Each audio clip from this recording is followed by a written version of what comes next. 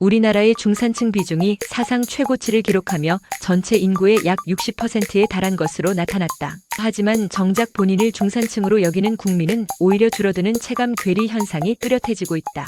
27일 통계청에 따르면 경제협력개발기구 OECD 기준 중산층 중위소득 75에서 200%에 해당하는 인구 비중은 2013년 54.9%에서 2023년 59.3%로 4.4%포인트 증가했다.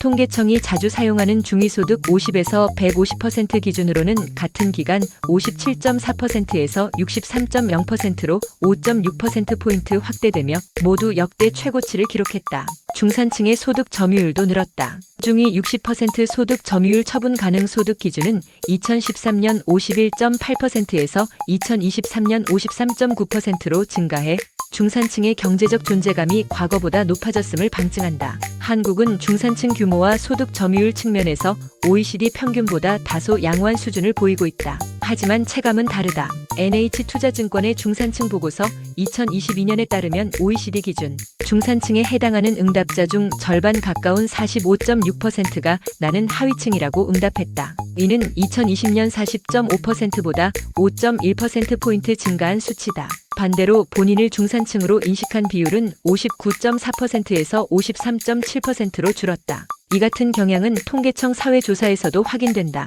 월 가구소득 400만에서 500만원 구간에서 본인을 중산층이라 인식한 비율은 2013년 77.8%에서 2023년 69.7%로 감소했고 500만에서 600만원 구간에서도 83.3%에서 73.3%로 줄었다. 이들 구간에서 소득에 부족하다고 응답한 비율은 각각 49.3%에서 51.1%, 36.5%에서 44.3%로 증가했다. 전문가들은 현실과 기대 사이의 눈높이 차이를 근본 원인으로 지목한다. NH투자증권은 중산층이 인식하는 이상적인 재무 조건 2022년 4인 가구 기준을 월소득 686만원, 월소비 427만원, 순자산 9억 4천만원으로 제시했다. 이 중 월소비 기준은 상위 9.4% 수준에 해당한다. 현실보다 훨씬 높은 기대치가 체감 중산층 비율을 끌어내리는 셈이다. 서울 소재 대기업에 근무하는 40대 직장인 조모 씨는 세후 월소득이 700만원이지만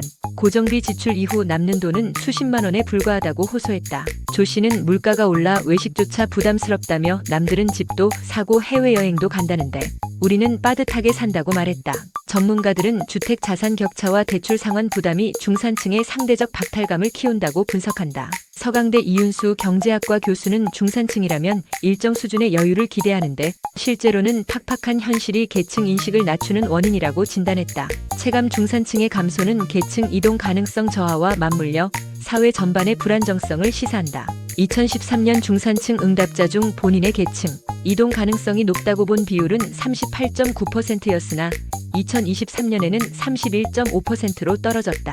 다음 세대의 계층 이동 가능성 역시 같은 기간 46.5%에서 33.3%로 줄었다. 전문가들은 단순한 중산층 확대보다 계층 상향 이동성 제고에 정책 초점을 맞춰야 한다고 강조한다. 한국개발연구원 KDI는 지난해 보고서에서 중산층을 상위층이지만 스스로 중산층이라 여기는 비상층 소득과 인식이 일치하는 핵심 중산층, 중산층임에도 스스로를 하위층으로 여기는 취약 중산층으로 분류했다. 이 중 정책적 관심은 주거 고용 불안에 노출된 취약 중산층에 집중돼야 한다는 지적이다. KDI 이영욱 선임연구위원은 정부 이전 지출만으로는 상향 이동을 기대하기 어렵다며 교육이 다시 계층 이동의 사다리가 되도록 하고 사교육 부담 경감 등 실질적 여건 개선이 병행돼야 한다고 강조했다.